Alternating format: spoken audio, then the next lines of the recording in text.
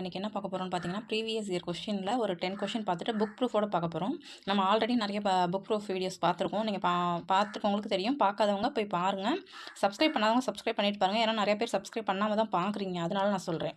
அப்போ தான் உங்களுக்கு நோட்டிஃபிகேஷன் வரும். ஷார்ட்ஸ் போட்டாலும் உங்களுக்கு நோட்டிஃபிகேஷன் கரெக்டாக வரும். இது என்ன எக்ஸாம் பார்த்தீங்கன்னா 2023 நடந்த எக்ஸாம், லைப்ரரியன் எக்ஸாம். ஓகேங்களா? அது வந்து கம்ப்யூட்டர் பேஸில் நடந்துச்சு. அதோட நம்ம ஜிகே கொஷின் பார்க்கலாம். ஓகேங்களா? அதுக்கப்புறம் நம்ம தமிழ் கொஷினும் பார்க்கலாம். இம்பார்ட்டன்ஸ் நோட்ஸும் அப்படியே வந்து சைட் பை சைட் கொடுத்துட்டே வரலாம். வாங்க பார்க்கலாம். பின் வருவவற்றுள் அரிக்கமேடு அகழ்வாயின் மேற்கொண்டவர் யாருன்னு கேட்டிருக்காங்க. ஒரு ஊர் பேரை கொடுத்துட்டு அந்த அகழ்வாய்வு மட்டும் கேட்குறாங்க. ஸோ அகழ்வாய்வு சம்மந்தமான கொஷின் ஒவ்வொரு டைமும் இடப்பட்டுகிட்டே இருக்குது. ஒரு ஊர் கொடுத்து அது எந்த மாவட்டம்னு கேட்குறாங்க. அப்படி இல்லைனா அங்கே அகழ்வாய்வு மேற்கொண்டவங்க யாருன்னு கேட்கலாங்க. இப்போ அரிக்கமேடுக்கு ஆன்சர் என்னன்னு பார்த்தீங்கன்னா மார்ட்டிமர் வீலர். ஓகேங்களா? இது எங்கே இருக்குது அப்படின்னு பார்த்தீங்கன்னா உங்களுக்கு 9th சோசியல் சயின்ஸ் புக்கில் தொடக்க கால தமிழ் சமூகமும் பண்பாடும் அப்படிங்கிற பாடத்தில் இருக்குது. ஓகேங்களா? 3rd லெசனில் தொடக்க கால தமிழ் சமூகமும் பண்பாடும் அப்படிங்கிற இடத்துல நீங்கள் நான் கலர் பண்ணியிருக்கிறத ஃபஸ்ட்டு பாருங்கள். புதுச்சேரிக்கு அருகில் உள்ள அரிக்கமேடு. ஓகேங்களா? அரிக்கமேடு எங்கே இருக்குன்னா புதுச்சேரிக்கு அருகில் இருக்குது.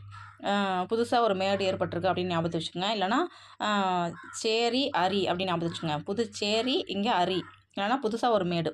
அடுத்து இங்கே தொல்லியல் ஆய்வு மேற்கொள்கிறாங்க. இங்கே வந்து அகழ்வாய்வு செய்த போது சங்ககால துறைமுகப்பட்டினம் ஆகும். இது வந்து சங்ககால துறைமுகப்பட்டினம். அடுத்து பிரிட்டனை சேர்ந்த சர் ராபர்ட் எரிக் மார்ட்டிமர் வீலர். இவ்வளோ பெரிய பேரை தான் மார்ட்டிமர் வீலர் மட்டும் கொடுத்துருக்காங்க. உங்களுக்கு ஷார்ட்டாக கூட வீலர்னு கூட கொடுக்கலாம். முன்னாடிலாம் வந்து அப்படியே இனிஷியலாக கன்வெர்ட் பண்ணிவிட்டு வீலர்னு மட்டும் கூட கொடுக்கலாம். அப்போ அதை நல்லா பார்த்துக்குங்க. இவங்க என்னென்னா பிரிட்டன். அடுத்து ஃப்ரான்ஸை சேர்ந்த ஜேஎம் கசால். அதாவது இவங்க எல்லாம் சேர்ந்து தான் பண்ணியிருக்காங்க. அங்கே ஒரு நேம் மட்டும் கொடுத்துருக்காங்க. அடுத்த எக்ஸாமுக்கு வேறு நேம்ஸும் கொடுக்கலாம். இவங்க 2 பேரும் வெளிநாடு. அடுத்து நம் நாட்டின் கோஸ் கிருஷ்ணதேவா ஆகிய தொல்லியல் அறிஞர்கள் இங்கே அகழ்வாய்வு பணியை மேற்கொண்டனர். அப்போ மொத்தம் 4 பேர். நம்ம நாட்டை சேர்ந்தவங்க 2 பேர், பிரிட்டனை சேர்ந்தவங்க வருங்க, ஃப்ரான்ஸை சேர்ந்தவங்க வருங்க. ஓகேங்களா? அந்த பிரிட்டனை சேர்ந்தவங்க யாருன்னா மார்ட்டிமர் வீலர். ஃப்ரான்ஸை சேர்ந்தவங்க வந்து ஜேஎம் கசால். அடுத்து பார்த்தீங்கன்னா நம்ம நாடு வந்து கோஸ் கிருஷ்ணதேவா. ஓகேங்களா? இதுக்கு எல்லாத்துக்கும் ஒன்றுக்கு நம்ம ஷார்ட்கட் சொல்ல முடியாது. ஸோ நீங்கள் பார்த்துக்குங்க. பிரிட்டன்னா எரி. இந்த எரிக்கு அந்த கொடுத்துருந்தா தான் நம்ம பார்க்க முடியும். இப்போ மார்ட்டிமர் வீலர் மட்டும்தான் கொடுத்துருக்காங்க. ஸோ நீங்கள் வேறு ஏதாவது பார்த்துக்குங்க. அடுத்து எல்லாத்துக்கும் ஷார்ட்கட் சொல்ல முடியாது. ஒரு சில இதுக்கு தான் நம்ம சொல்ல முடியும். அடுத்து பாருங்கள், இங்கே என்னென்ன அரிக்கமேடு பகுதியில் என்னென்ன கிடச்சிருக்குன்னு பாருங்கள். சரக்கு கிடங்கு, தொட்டிகள், உரை கிணறுகள், தெரு ஆகியவற்றை உள்ளடக்கிய திட்டமிட்டு உருவாக்கப்பட்ட நகரம் அங்கே இருந்தமையை அவர்கள் கண்டறிந்து வெளியிட்டனர். இப்போ அரிக்கமேடுனா புதுச்சேரி ஞாபகத்துக்கு வரணும். துறைமுகப்பட்டினம், பிரிட்டனை சேர்ந்த மார்ட்டிமர் வீலர், ஃப்ரான்ஸை சேர்ந்த கசால், நம் நாட்டை சேர்ந்த கோஸ் கிருஷ்ணதேவா இவங்கெல்லாம் கண்டுபிடிச்சிருக்காங்க. அதுக்கப்புறம் சரக்கு கிடங்கு, தொட்டிகள், உரை கிணறுகள் எல்லாம் இருந்திருக்கு. ஓகேங்களா?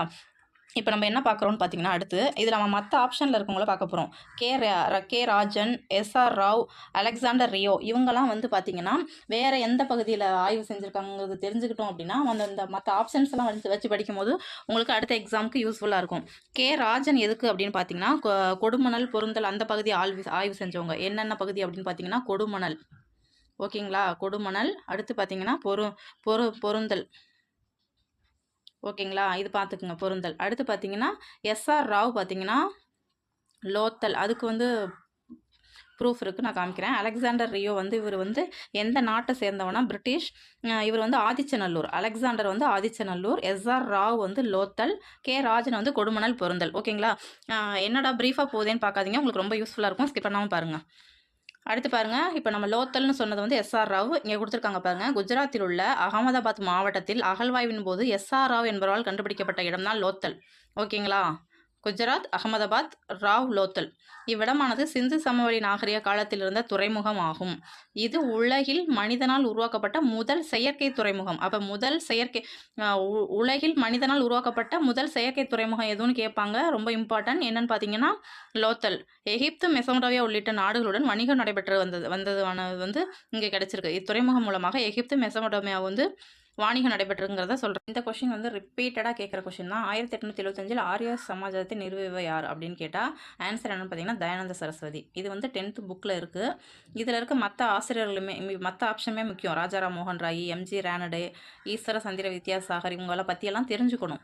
இப்போ ஆரிய சமாஜத்தை நிறுவியவர் யாருன்னு கேட்டால் தயானந்த சரஸ்வதி. இயர் எப்போன்னு கேட்டால் 1875. ஓகே, அந்த ப்ரூஃப் பார்க்கலாம் வாங்க. ப்ரூஃப் பாருங்கள். நம்ம ஆல்ரெடி நான் போன கொஷின் எக்ஸ்ப்ளனேஷன் போதுமே இது கொடுத்துருக்கோம். இது எங்கே இருக்குன்னா 10th சோசியல் சயின்ஸில் 5th லெசன் பேர் என்னன்னா 19ஆம் நூற்றாண்டில் சமூக சமய சீர்திருத்த இயக்கங்கள் அப்படிங்கிற பாடத்தில் இந்து புத்தெழுச்சி இயக்கங்கிற தலைப்பில் இருக்கும். தயானந்த சரஸ்வதி வந்து ஆரிய சமாஜம் 1875ங்கிறத ஃபஸ்ட்டு பாயிண்டாகவே கொடுத்துட்றாங்க. இருந்தாலும் எக்ஸ்ட்ரா பாயிண்ட் தெரிஞ்சுக்கோங்க. பஞ்சாபில் ஆரிய சமாஜம் சீர்திருத்த இயக்கங்களுக்கு தலைமை ஏற்றது. ஓகேங்களா? இது 1875 நிறுவப்பட்டது. இவ்வமைப்பை நிறுவியவர் மேலை கங்கை சமூகில் அலைந்து திரிந்து கொண்டிருந்த சுவாமி தயானந்த சரஸ்வதி ஆவார். சுவாமி தயானந்த சரஸ்வதிக்கு பின்னர் தனது கருத்துக்களை போதிப்பதற்காக பஞ்சாபில் தங்கினார். எங்கே தங்குறாரு? போதிக்கிறதுக்காக பஞ்சாபில் தங்குறாரு. இவரை பற்றி ஒரு முக்கியமான பாயிண்ட் என்னென்னா, இது ஆல்ரெடி டிஎன்பிஎஸ்சிலையும் கேட்டிருக்காங்க. அவருடைய முக்கியமான நூல் என்னென்னா சத்யார்த்த பிரகாஷ். இது வந்து பெரும்பாலாரால் வந்து படிக்கப்படுது. இவருடைய காலமும் அப்படியே பார்த்துக்குங்க. 24லேருந்து 83 வரைக்கும், 1824லேருந்து 1883 வரைக்கும். ஓகேங்களா? ஏன்னா சில முக்கியமான நபர்களோட இறந்த வருடம் பிறந்த வருடம்லாம் கேட்குறாங்க. ஓகேங்களா? அதனால் பார்த்துக்குங்க. குழந்தை திருமணம், விதவை மறுமணத்திற்கு மறுப்பு போன்ற பழக்கங்களும் அயல்நாட்டு சென்றால் தீட்டு என்று சொல்லப்படுதலும் மறைநூல்களில் ஏற்றுக்கொள்ளப்படவில்லை என அறிவித்தார். அப்போ இந்த பாயிண்ட்டை கொடுத்துட்டு இது யார் சொன்னாங்கன்னு கேட்கலாம். தயானந்த சரஸ்வதி. ஓகேங்களா? அதுக்கப்புறம் முக்கியமானது என்னென்னா வேதங்களுக்கு திரும்புவோம், வேதங்களுக்கு செல் அப்படின்னு சொல்லியிருப்பார். ஆரிய சமாஜம் வந்து இந்து மதத்தில் இருந்த மூட நம்பிக்கைகளை வந்து மறுக்குது. இதுதான் இதில் இருக்க முக்கியமான பாயிண்ட்ஸு. அடுத்த பாயிண்ட் பார்க்கலாம் பாருங்கள். ஆரிய சமாஜம் பிரிட்டிஷ் இந்தியாவில் நடைபெற்று கொண்டிருந்த மதமற்ற நடவடிக்கைகளை நிறுவுவதற்கான முயற்சிகளை மேற்கொண்டது. அதன் முக்கிய குறிக்கோள் என்னன்னா எதிர் மத மாற்றம்.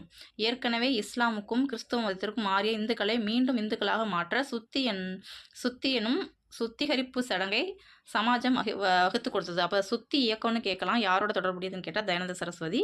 அது என்ன அப்படின்னு பார்த்தீங்கன்னா, இஸ்லாம் கிறிஸ்துவத்துக்கு மாறினவங்கள மீண்டும் இந்துக்கே கொண்டுட்டு வருது. ஓகேங்களா?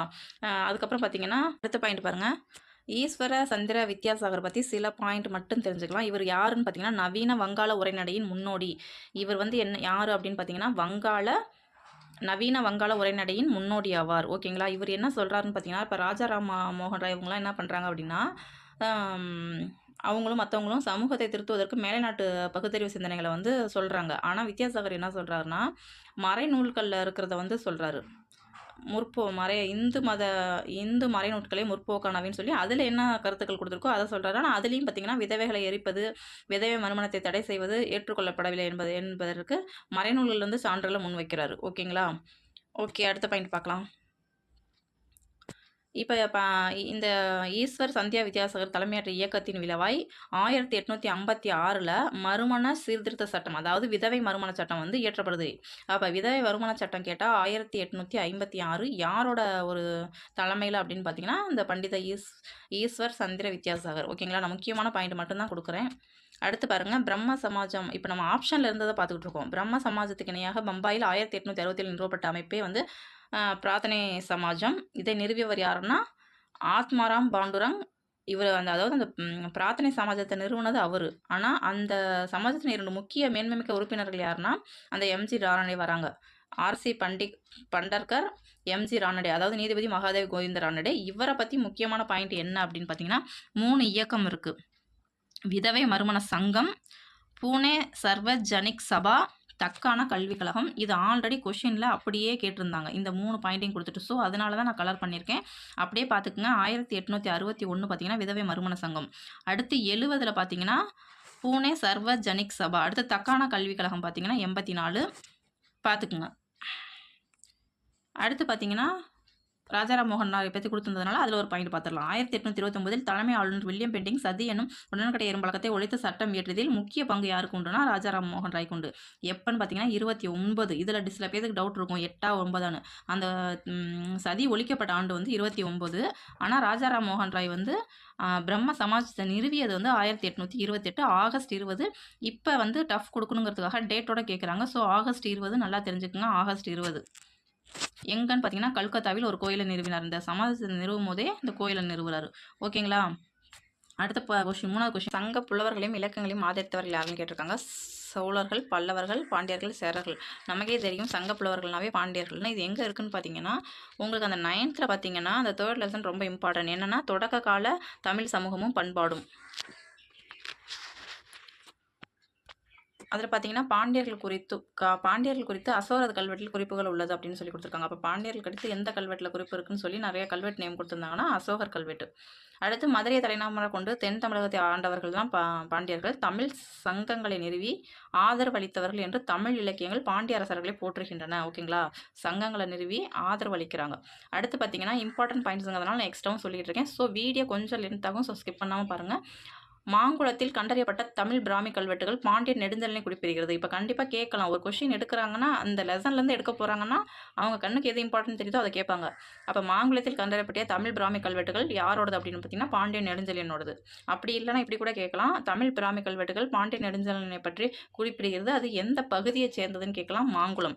ஓகேங்களா. அடுத்து பாண்டியர்களின் இலச்சினை வந்து மீன், அதாவது அவங்க சின்னம் வந்து மீன். ஓகேங்களா. அடுத்த கொஸ்டின் பார்க்கலாம்.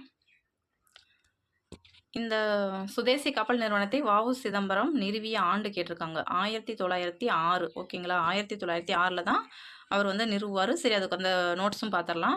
இது பார்த்திங்கன்னா உங்களுக்கு ப்ரீஃபாக பார்த்தீங்கன்னா உங்களுக்கு இயரோட 12th ஹிஸ்ட்ரியில் தான் இருக்குது. வ.உ.சியும் சுதேசி நீராவி கப்பல் கம்பெனியும் சொல்லி கொடுத்துருக்காங்க பாருங்கள். 1906 வ.உ. சிதம்பரம் ஆங்கிலேயரின் கடற்பயண முற்றுகைக்கு எதிராக சுதேசி கப்பல் கம்பெனி ஒன்றை ஏற்படுத்தும் கருத்தை வந்து வெளிப்படுத்திய போது தமிழ்நாட்டில் சுதேசி இயக்கம் தேசத்தின் கவனத்தை பெற்றது. ஓகேங்களா. சுதேசி இயக்கம் அவர் அப்படி சொன்னதுனால ஒரு கவனம் பெறுது. 1906 வ.உ.சி சுதேசி நீராவி கப்பல் கம்பெனி என்னும் கூட்டு பங்கு நிறுவனத்தை பதிவு செய்தார். மொத்த முதலீடு எவ்வளோன்னு கேட்கலாம், 10 லட்சம். 40,000 பங்குகளாக பிரிக்கப்பட்டு ஒரு பங்கு 25% இந்தியர்கள், இலங்கையை சேர்ந்தவர்கள், ஆசிய நாடுகளை சேர்ந்தவருக்கு மட்டும் விற்பனை செய்யப்பட்டது. யார் யாருக்கு விற்பனைனா இந்தியர்கள், இலங்கையை சேர்ந்தவர்கள், ஆசிய நாடுகளை சேர்ந்தவர்கள் மட்டும் விற்பனை செய்யப்படுகிறது.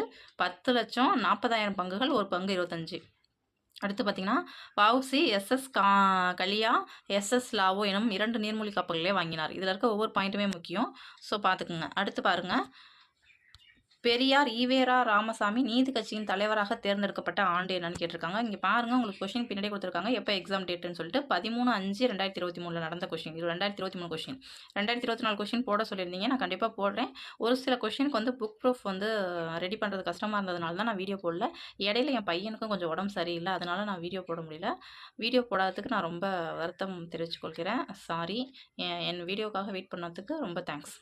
இந்த பாயிண்ட்ஸ் பார்க்கலாம் பாருங்கள். இங்கே 10th புக்கில் என்ன கொடுத்துருப்பாங்கன்னா தலைவராக ஆனார்னு சொல்லி பெரியார் பற்றி உங்களுக்கு வந்து ஹிஸ்ட்ரியில் தான் இருக்கணும்னு கிடையாது. ஏன்னா கட்சி சம்மந்தமாக இருக்கிறதுனால அது வந்து பொலிட்டிக்கல் சயின்ஸ் புக்லேயும் இருக்கும். 11th பொலிட்டிக்கல் சயின்ஸ் புக்கில் பேஜ் நம்பர் 281 பாடம் வந்து தமிழகத்தில் அரசியல் வளர்ச்சி அப்படிங்கிற பாடத்தில் இருக்குது. இதில் வந்து இயரோடு கொடுத்துருக்காங்க. இதில் பார்த்தீங்கன்னா ஃபஸ்ட்டு பாயிண்ட் பார்த்து நம்ம அடுத்து பார்ப்போம். ராஜாஜி அரசாங்கம் ஹிந்தியை கட்டாய பாடமாக்குவது என முடிவெடுத்தது. தமிழ் மொழி மற்றும் பண்பாட்டை அழித்து வட இந்திய ஏகாதிபத்தியத்தை நிறுவும் முயற்சி என பெரியார் கருதினார். ஓகேங்களா. இதை இந்த மாதிரி பாயிண்ட்ஸை கொடுத்து யார் சொன்னதுன்னு கேட்டால் பெரியார். மேலும் ஹிந்தி வந்து திணிக்கிறது வந்து திராவிடர்களை அடிமைப்படுத்தி ஆரியர்களின் மேலாதிக்கத்தை நிறுவதற்கான முயற்சின்னு சொல்லி அவர் சொல்கிறாரு. இப்படி இந்த ஹிந்தியை பற்றி எதிர்த்து பேசிக்கிட்டு இருக்கும்போது பார்த்தீங்கன்னா சென்னை மாகாணத்தில் மாபெரும் ஹிந்தி எதிர்ப்பு போராட்டம் நடைபெற்றதன் விளைவாக மாகாண அரசாங்கத்தால் பெரியார் சிறையில் அடைக்கப்பட்டார். எதிர்ப்பு தெரிவிக்கிறதுனால சிறையில் அடைக்கிறாங்க.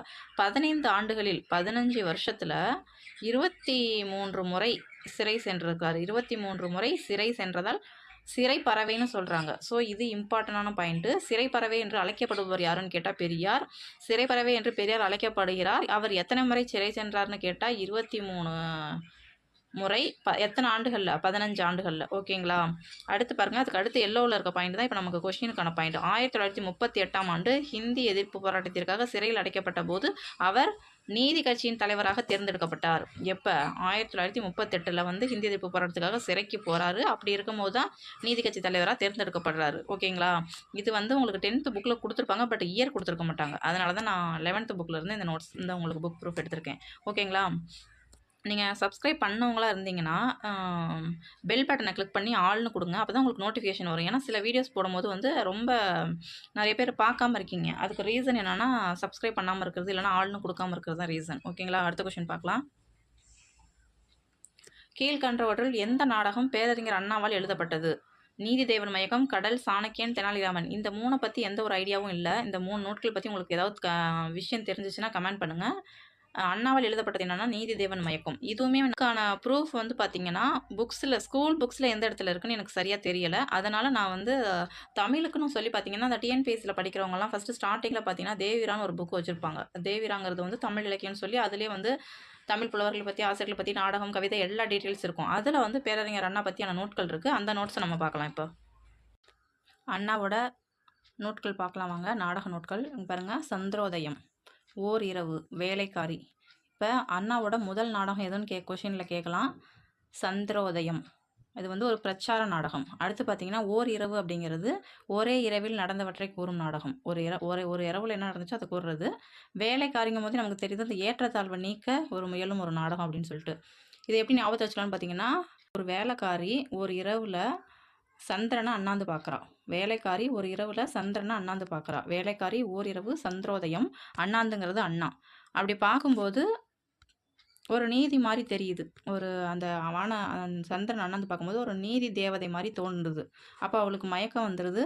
அப்போ மயக்கம் வந்து கண் முழிச்சு பார்த்தோன்னா ஒரு கண்ணீர் துளி மாதிரி வருது. இதை பார்த்துட்டு நல்ல தம்பிங்கிறவன், இது என்னடா சிவாஜி மாதிரி நடிக்குது இந்த வேலைக்காரி அப்படின்னு சொல்கிறாங்க. சொன்னாலுமே அவங்க மேலே ஒரு காதல் வருது. அதான் காதல் ஜோதி. அது ஒரு கலிங்கத்து காதல் வந்ததுக்கப்புறம் அந்த வேலைக்காரியை கலிங்கராணியை ஆக்குறாங்க. உங்களுக்கு ஓரளவுக்கு கொஞ்சம் புரிஞ்சிருக்கும்னு நினைக்கிறேன். இதை வச்சு நீங்கள் ஞாபகத்தில் வச்சுக்கோங்க. சந்திரோதயம் அப்படிங்கிறது முதல் நாடகம். அது இல்லாமல் சந்திரமோகன் ஒரு நாடகம் இருக்குது. நல்ல தம்பிங்கிறவர் தான் சொல்கிறாரு சிவாஜி மாதிரி அந்த வேலைக்காரி நடிக்கிறான்னு சொல்லி. அதனால் காதல் வந்துடுது. அப்புறம் கலிங்கராணி. ஓகேங்களா? எல்லாத்தையும் பார்த்துக்குங்க. இப்போ நம்ம மெயினாக பார்க்க போகிறது நீதி தேவன் மயக்கங்கிற நூல் தான் கொஷினில் கேட்டிருக்காங்க. அது எதை பற்றிய நூல்னா, ராவணன் குற்றமற்றவன் என கூறும் நாடகம். அடுத்து நல்ல தம்பிங்கிறது ஒரு நகைச்சுவை நாடகம். சிவாஜி கண்ட இந்து சாம்ராஜ்யம் அப்படிங்கிறது ஒரு வரலாற்று நாடகம். இப்போ நம்ம பார்த்தது ஒரு 6 நாடகத்துக்கு அது எதை பற்றியதுங்கிறது கொடுத்துருக்காங்க. அது இல்லாமல் பிற நோட்களும் கொடுத்துருக்காங்க. இதை நீங்கள் ரிப்பீட்டடாக பார்த்துக்குங்க. ஏன்னா அண்ணா பெரியார் பற்றிலாம் எப்போவுமே ரிப்பீட்டடாக கொஷின் வந்துக்கிட்டே இருக்கும். அடுத்த கொஷின் பாருங்கள். ஏன் ஈவே ராமசாமி பெரியாரை காங்கிரஸ் கட்சியிலிருந்து விலகினார்? கொஷினே நானும் ஒரு டைம் 2 டைம் படிக்கிறேன். கன்ஃபியூஸ்டாக கொடுத்துருக்கானுங்க. ஏன் ஈவே ராமசாமி காங்கிரஸ் கட்சியை விட்டு விலகினார்னு கொடுக்காம இங்கே ஈவே ராமசாமின்னு கொடுத்துருக்காங்க. அப்புறம் பெரியாரைன்னு கொடுத்துருக்காங்க. இங்கே பெரியார்னு கொடுத்துருக்கணும். இந்த இங்கிலீஷ் தமிழ் டிரான்ஸ்லேஷன் தான் வர ரொம்ப மோசமாக போயிட்டே இருக்குது. அதுக்கு காரணம் கொடுத்துருக்காங்க பாருங்கள். காந்தியுடன் கொண்டிருந்த முரண்பாடு, ராஜகோபாலாச்சாரியுடன் கொண்டிருந்த முரண்பாடு, வாவேசு ஐயருடன் கொண்ட முரண்பாடு. ஆனால் இதெல்லாமே இல்லாமல் காங்கிரஸ் நடத்திய பள்ளியில் பிராமணர் அல்லாதவரும் தனித்தனியே உணவு பந்திடப்பட்டது. அதுதான் வந்து காங்கிரஸ்லேருந்து வெளியேறதுக்கு காரணம்னு சொல்கிறாங்க. இது எங்கே இருக்குது அப்படின்னு பார்த்தீங்கன்னா, உங்களுக்கு நான் ஒன்று சொல்ல விரும்புகிறேன். உங்ககிட்ட கையில் பார்த்தீங்கன்னா 10th பொறுத்த வரைக்கும் பார்ட் 1 பார்ட் 2ன்னு சொல்லி 2 சோசியல் சயின்ஸ் புக்கு இருக்கும் சில பேர்கிட்ட பார்த்தீங்கன்னா ஃபுல்லாக இருக்கும். இந்த ஃபுல்லாக இருக்கவங்க கிட்ட இந்த நோட்ஸ் இருக்காது. ஏன்னா ஃபுல் புக்கை பொறுத்த வரைக்கும் கொரோனா டைமுக்கு அப்புறம் நிறையா சுருக்கி புக் பேஜை வந்து கம்மி பண்ணிட்டாங்க. அந்த பார்ட் 1 பார்ட் 2ங்கிற இருக்கிறவங்க புக்கில் தான் வந்து இது வந்து விரிவாக கொடுத்துருப்பாங்க. இருந்தாலும் நான் ரெண்டுமே இங்கே புக்கு பேஜ் அட்டாச் பண்ணியிருக்கேன் பாருங்கள். தமிழ்நாட்டில் சமூக மாற்றங்கள் 10th சோசியல் சயின்ஸில் 10th லெசன். இந்த நான் கலர் பண்ணியிருக்கிறத மட்டும் பாருங்கள். சேரமான் தேவி குருகுல பள்ளியில் உணவு உண்ணும் அறையில் ஜாதி அடிப்படையிலான பாகுபாடு நிகழ்வதை கேள்வியுற்று மனம் வருத்தமடைந்தார். யாருன்னா பெரியார். இக்குருகுலம் தமிழ்நாடு காங்கிரஸ் கட்சியின் நிதியுதவியில் வாவே சுப்பிரமணியம் என்னும் காங்கிரஸ் தலைவரால் நடத்த பெற்றது. இதனை பெரியார் கண்டித்து எதிர்த்த பின்னரும் குருகுலத்தில் நடைபெறும் ஜாதி பாகட்டை காங்கிரஸ் தொடர்ந்து ஆதரித்ததால் மனமுடைந்தார். இதுதான் பாயிண்ட்டு. இது மட்டும்தான் வந்து பார்த்தீங்கன்னா உங்களுக்கு வந்து அந்த புக்கில் இருக்கும். அந்த புது புக்கில் இதுவே நீங்கள் பார்ட் 1 பார்ட் 2 புக் வச்சுருந்தீங்கன்னா பாருங்கள். இந்த தந்தை பெரியார் நினைவகம்னு கொடுத்த ஒரு பிக்சர் இருக்குல்ல, அதுக்கு கீழேயே கொடுத்துருப்பாங்க. இங்கே மனமடைந்த வரைக்கும் பார்த்தோமா, அதுக்கு கீழே பாருங்கள். சட்டசபை போன்ற பிரதித்துவ அமைப்புகளில் பிராமணர் அல்லாதவருக்கு இடஒதுக்கீடு அறிமுகப்படுத்த வேண்டும் என்பதில் பெரியார் முனைப்புடன் இருந்தார். இது தொடர்பான ஒரு தீர்மானத்தை 1925 காஞ்சிபுரத்தில் நடைபெற்ற காங்கிரஸ் குழுவின் வருடாந்திர மாநாட்டில் நிறைவேற்ற முயற்சி செய்து தோல்வியுற்றார். இது போன்ற பிரச்சனைகளால் 1925 காங்கிரஸ் கட்டை வச்சு விலகினார். அதாவது இது வந்து புது புக்கில் இந்த பாயிண்டே இருக்காது. அந்த பார்ட் 2ங்கிற புக்கில் தான் இது இருக்கும். 1925 விலகிறாரு. அந்த 25 தான் சுயமரியாதை கட்சியும் தொடங்குறாரு. எதனால் விலகினாரு அப்படின்னு பார்த்தீங்கன்னா, அந்த ஸ்கூலில் அந்த குருகுலத்தில் நடந்த பாகுபாடு, அதுக்கப்புறம் அவர் வந்து சட்டசபை போன்ற பிரதித்துவ அமைப்புகளில் வந்து பிராமணர் அல்லாதவருக்கு இடஒதுக்கீடு அறிமுகப்படுத்த வேண்டும் என்று சொன்னதை வந்து தோல்வி விட்டுறதுனால தான் வந்து இந்த காங்கிரஸ் கட்சியிலேருந்து விலகிறாரு. ஓகேங்களா? அதனால் ப்ரீஃபாக படிங்க. எப்படி வேணாலும் கொஷின் கேட்பாங்க. புது புக்கு வச்சுருந்தா புது புக்கில் தான் கேட்பாங்கன்னு சொல்ல முடியாது. அடுத்து பாருங்க, திருவள்ளுவர் திருக்குறளில் அதிகமாக வலியுறுத்தது எதன? நம்ம 10 கொஸ்டின் பார்க்க போறோம். அதில வந்து பார்த்தீங்கன்னா, இந்த ஒரு கொஸ்டினுக்கு மட்டும் தான் எனக்கு சரியான ஒரு புக் ப்ரூஃப் கிடையாது. உங்ககிட்ட வந்து இருந்துச்சுன்னா, இல்ல எங்கேயாவது படிச்சிருந்தீங்கன்னா, நீங்க வந்து அந்த பேஜ் நம்பர என்னான்னு சொல்லி அனுப்புங்க. திருவள்ளுவர் வந்து திருக்குறள் அதிகமா எத வலியுறுத்துறாருன்னு பார்த்தீங்கன்னா, ஆன்சர் நட்புன்னு குடுத்துருக்காங்க. நம்ம யாரா இருந்தாலுமே கல்வி, கேள்வி அந்த மாரி போட்டிருந்திருப்போம். ஸோ இது எங்க இருக்குன்னு எனக்கு சரியா தெரியல. நான் ரொம்ப சர்ச் பண்ணி பார்த்தேன். எனக்கு சரியான தகவல் கிடைக்கல. உங்களுக்கு தெரிஞ்சுச்சுன்னா நீங்க கமெண்ட் பண்ணுங்க. அடுத்து பாருங்க, உலகத்தோடு ஒட்ட ஒழுகாதவர் பல நூல்களை கற்றிருந்தாலும் எதனைப் போல கருதப்படுவார் என்று வள்ளுவர் குறிப்பிடுகிறார் அப்படின்னா, கல்லாதவர். உலகத்தோடு சிலர் இப்படி போறாங்கன்னா, நம்மளும் அந்த பாதையிலே போயிரலாம்னு நினைக்கிறவங்க ஒரு ஒரு கேரக்டர். ஆனா, அந்தபடி வாழாம இருந்தாங்கன்னு வச்சுக்கங்களேன், அவங்கள வந்து சொல்லுவாங்க, "அவன் பாரு படிச்சிருந்து எதுக்கு? முட்டாள்தனமா இருக்கான்." அப்படிங்கிற மாரி சொல்லுவாங்க. அப்ப படிச்சிருந்து எதுக்கு அப்படின்னா, உலகத்தோட ஒட்டி ஒழுகாதவர் அப்படின்னா, கல்லாதவர தான் சொல்றாங்க. இருந்தாலும் இது எந்த அதிகாரத்தில வருது? எந்த புக்ல இருக்கு அப்படின்னு பார்த்தீங்கன்னா, ஒழுக்கமுடைமைங்கிற அதிகாரத்தில இருக்கு. இப்ப இந்த குறள குடுத்துட்டு ஒழுக்கமுடைமைன்னு கேட்கலாம். நம்ம கல்லாமைங்கிற அதிகாரம் போட்டுறக்கூடாது. உலகத்தோடு ஒட்ட ஒழுகல் பல கற்றும் கல்லார் அறிவிலர். இது ரிப்பீட்டடா நெறைய டிஎன்பிஎஸ்சி கொஸ்டின்ல இந்த திருக்குறள வச்சு கேட்டுட்டு இருக்காங்க. அப்ப யாருன்னு பார்த்தீங்கன்னா, கல்வி கற்காதவங்கள தான் சொல்றாங்க. அதிகாரம் கூட கேட்கலாம். 10th தமிழ் புக்ல பேஜ் நம்பர் 70ல இருக்கு. அடுத்து பாத்தீங்கன்னா, ஆலும் வேலும் பல்லு குருதி, நாலும் இரண்டும் சொல்லு கூறுதி என்பதில் நாலும் இரண்டும் எதனை குறிக்கிறதுன்னு கேட்டிருக்காங்க. இது நமக்கு நல்லாவே தெரியும். நாலடியாரையும் திருக்குறளையும் தான் சொல்றாங்க. ஆலும் வேலும் பல்லு குருதி, நாலும் இரண்டும். இப்ப இந்த 4ங்கிறது நாலடியாரையும், 2ங்கிறது திருக்குறளையும் குறிக்குது. ஏன்னா, அந்த அடிகளை குறிக்குது. இது எங்க இருக்குன்னு பார்த்தீங்கன்னா, உங்களுக்கு வந்து 7th செகண்ட் டேர்ம்ல வந்து 29வது பேஜ்ல இருக்கு பாருங்க. நாலடியார் பத்தி குடுத்துருக்கப்பா இதுல. திருக்குறள் கிணையாக வைத்து போற்றப்படுவதை நாலும் இரண்டும் சொல்லுக்குறுதி என்ற தொடர் மூலம் அறியலாம் அப்படின்னு சொல்லி குடுத்துருக்காங்க. ஓகேங்களா? நாலடியார் வந்து யார் எழுதுனா அப்படின்னா, சமண முனிவர்கள் பலரால் எழுதப்பட்டது. இந்நூல் 14 கீழ்க்கணக்கு நூல்கள் ஒன்று. இந்நூல் 400 வெண்பாக்களால் ஆனது. இதனை நாலடி 400ன்னு சொல்லுவோம். வேளாண் வேதம் என்றும் அழைப்பர். திருக்குறள் போன்ற இதுலயும் அறம், பொருள், இன்பம் என்று முப்பால் பகுப்பு கொண்டது. நாலடியார பகுத்தது யாரு அப்படின்னு சொல்லி உங்களுக்கு தெரிஞ்சிச்சுன்னா கமெண்ட் பண்ணுங்க. Thank you all. சப்ஸ்கிரைப் பண்ணாதவங்க சப்ஸ்கிரைப் பண்ணிட்டு பாருங்க. உங்களுக்கு வீடியோ பிடிச்சிருந்தா லைக் பண்ணுங்க. உங்க ஃப்ரெண்ட்ஸ்ங்களுக்கு ஷேர் பண்ணுங்க. இந்த மாரி வீடியோ இனிமே கன்டின்யூ பண்ணலாமா என்னங்கிறத கமெண்ட் பண்ணுங்க. Thank you all.